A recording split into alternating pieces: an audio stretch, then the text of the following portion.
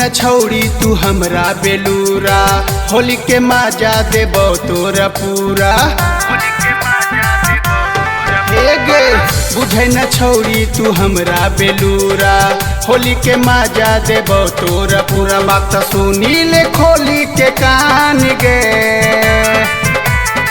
रंग देबो चिकन सामान के, बेटा हिया चौहान के। रंग देबो चिकन सामान के, बेटा हिया चौहान के।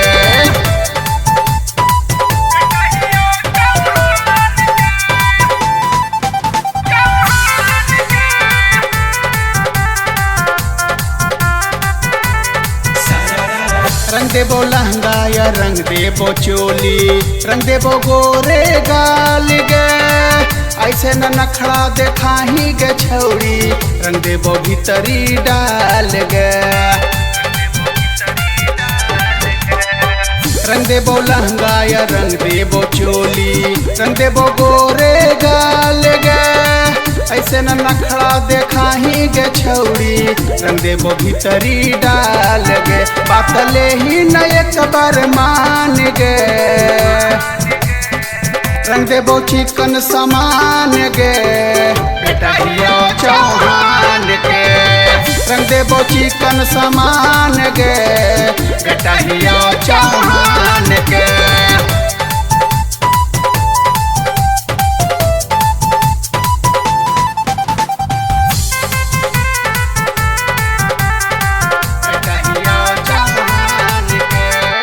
ऐसन कबो नाही खेलना है होली, कर देबो ऐसन रिकॉर्ड गे। एक बेरी रंग डलवाले परवेश से, तुरजी तो तोर सौख गे। ऐसन कबो नाही खेलना है होली, कर देबो ऐसन रिकॉर्ड गे।